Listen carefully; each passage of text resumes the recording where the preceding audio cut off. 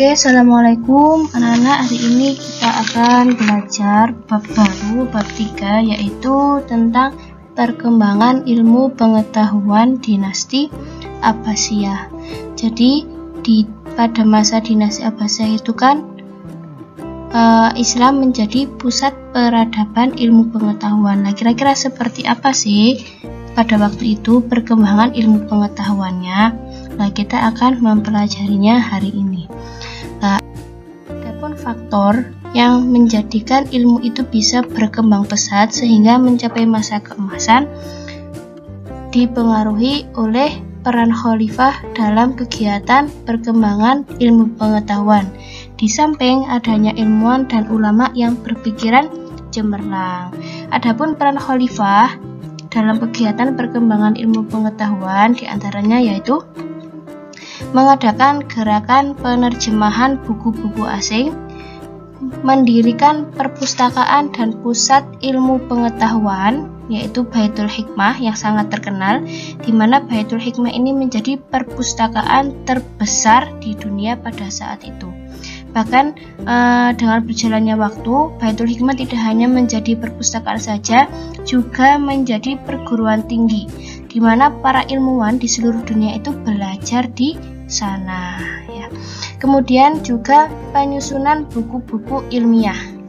Itu tingkatan paling rendah, tingkatan pertengahan, dan tingkatan yang paling tinggi. Kemudian perkembangan ilmu pengetahuan ini ada dua macam, agama dan umum. Nah, hari ini kita akan mencari tentang perkembangan ilmu agama pada masa dinasti Abbasiyah. Apa saja? Ada ilmu tafsir, hadis, fikih, dan tasawuf. Yang pertama ada ilmu tafsir. Nah, perkembangan ilmu tafsir ini ditandai dengan munculnya para mufassir Al-Quran. Ya, jadi orang yang menguasai ilmu tafsir itu disebut dengan mufassir. Nah, adapun di antara mufassirnya adalah yang pertama adalah Abu Ja'far Muhammad bin Jarir bin Yazid bin Kasir bin Ghalib at-Tabari, atau yang biasa dikenal dengan Ibnu Jarir at-Tabari. Beliau ini dijuluki dengan Abu Tafsir atau Bapak Ahli Tafsir. Di samping itu, beliau juga mendapatkan julukan Abu li Tarikhil Islam, Bapak Sejarawan Islam. Jadi beliau ini tidak hanya menguasai ilmu tafsir saja, tapi juga menguasai banyak bidang. Di antaranya adalah sejarah Islam. Nah, adapun karangan beliau yang paling terkenal dalam ilmu tafsir itu adalah Tafsir At-Tabari. Nah, ini adalah bukunya anak-anak. Selanjutnya ada Ibnu Katsir. Nama aslinya adalah Imaduddin Ismail bin Umar bin Katsir. Beliau dijuluki Abul Fida. Karangan yang paling terkenal adalah Tafsir Al-Quran Al-Azim. Nah, seperti ini. Ya, ada ilmu hadis. Perkembangannya ditandai dengan penelitian tentang hadis-hadis palsu. Jadi waktu itu tuh marak terjadinya hadis-hadis palsu karena belum ada pembukuan atau buku yang menampung tentang hadis-hadis. Jadi banyak beredar hadis-hadis palsu, sehingga pada saat itu diadakan penelitian tentang hadis-hadis palsu. Dengan apa? Dengan cara satu, menemui rawi ke pelosok negeri. Rawi itu adalah orang yang meriwayatkan. Jadi misalnya hadis ini ternyata diriwayatkan oleh Imam Muslim. Jadi langsung menemui rawinya tersebut. Apakah benar beliau ini pernah meriwayatkan hadis ini atau tidak? Yang kedua, membuat klasifikasi hadis. Jadi hadis itu ada tingkatannya. Ada hadis sahih, hadis dhaif, itu tergantung dengan kekuatannya, sahih atau tidaknya. Kemudian juga menghimpun kritik hadis. Nah, pada masa ini ada 6 kitab hadis yang dijadikan rujukan dalam pengambilan dalil suatu masalah. Yang 6 kitab ini disebut dengan Kutubus Sittah yang dikarang oleh 6 imam ini. Ada Imam Bukhari, Imam Muslim, Imam Abu Dawud, Imam Tirmizi, Nasai, dan Ibnu Majah. Oke, sekilas saya akan menerangkan tentang Imam Bukhari ya. Jadi Imam Bukhari ini adalah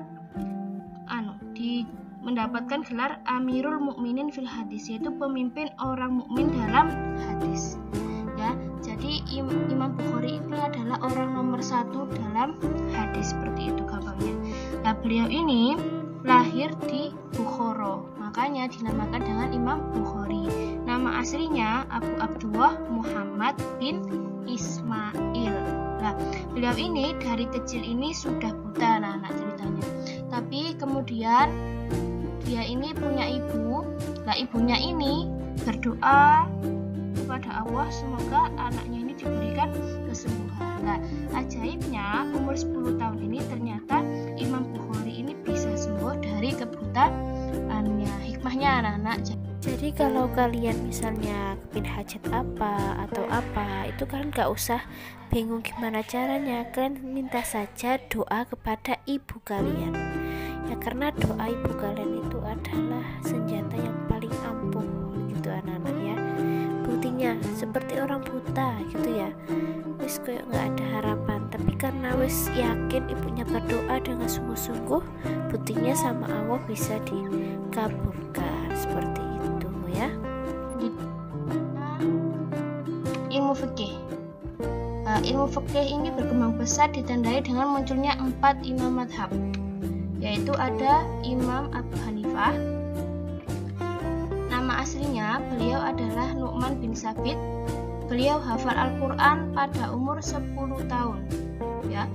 Nah, beliau adalah seorang tabi'in. Jadi beliau ini hidupnya ini masih nemui sahabat ya. Kalau sahabat itu kan orang yang pernah bertemu dengan Nabi, jadi masih bisa ilmunya ini langsung dari Nabi. Nah, setelah sahabat ini ada yang namanya tabi'in.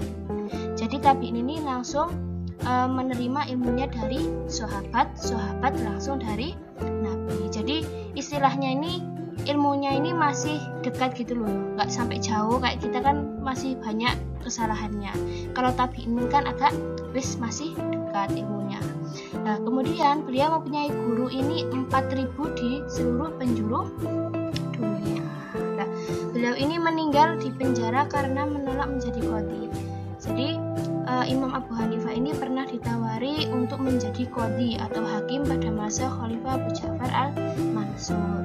Tetapi Imam Abu Hanifah ini menolak, sehingga Abu Ja'far al-Mansur ini memenjarakan Imam Abu Hanifah. Nah, kemudian beberapa tahun ya sudah berjalannya waktu, Khalifah ini merasa menyesal karena telah memenjarakan seorang ulama, sehingga beliau meminta maaf kepada Abu Hanifah.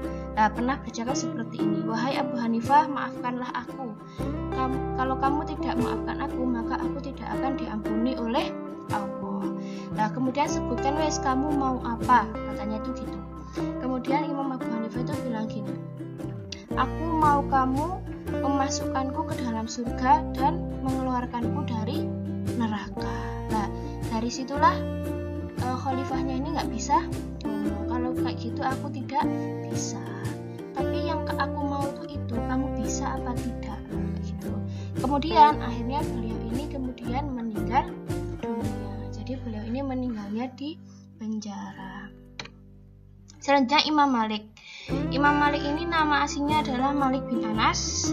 Beliau adalah gurunya para ulama dan khalifah. Bahkan Imam Syafi'i dan Imam Abu Hanifah ini pernah belajar ke Imam Malik. Nah, khalifah yang pernah belajar pada Imam Malik itu adalah Abu Ja'far al-Mansur, ada Al-Mahdi, Harun ar-Rasyid, dan Al-Ma'mun. Seperti itu.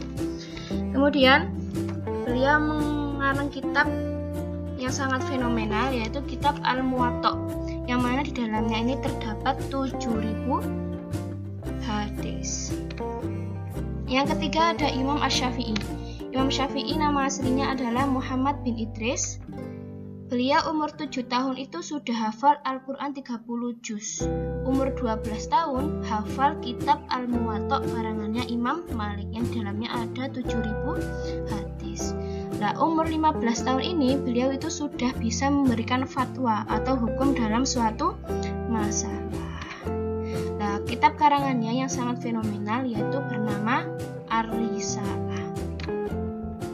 Adapun Imam Ahmad bin Hambal, nama aslinya adalah Ahmad bin Muhammad bin Hambal. Nah, memang sama persis, nama aslinya memang itu. Beliau ini hafal 700.000 hadis di luar kepala. Bayangkan ya, 700.000 hadis di luar kepala. Nah, kemudian yang 40.000 itu kan diseleksi, 40.000 itu dihimpun, dijadikan kitab bernama Al-Musnad. Nah, saat beliau wafat itu, orang yang mengantarkan jenazahnya ini mencapai 700 sampai 800.000 orang. Bayangkan anak-anak. Jadi kalau mau tahu orang itu baik atau tidak, silakan dilihat nanti kalau beliau meninggal. Kalau meninggal itu banyak orang yang bersedih, banyak orang yang mengantarkan, berarti dia adalah orang yang baik. Kemudian ilmu tasawuf. Nah, pada masa ini ilmu tasawuf itu berkembang menjadi dua aliran, tasawuf akhlak dan tasawuf filsafat. Nah, adapun tokoh filsuf muslim yaitu ada Al-Ghazali atau Imam Ghazali. Nama aslinya Abu Hamid Muhammad bin Muhammad Al-Ghazali. Nah, ya, Al-Ghazali ini dikaitkan dengan ayahnya. Ayahnya itu adalah seorang pemintal bulu kambing. Bahasa Arabnya adalah ghazalah. Makanya ghazal itu dari kata ghazalah, yaitu pemintal bulu kambing. Seperti itulah. Beliau mendapatkan gelar Hujjatul Islam karena memiliki daya ingat yang kuat dan bijak dalam berhujjah.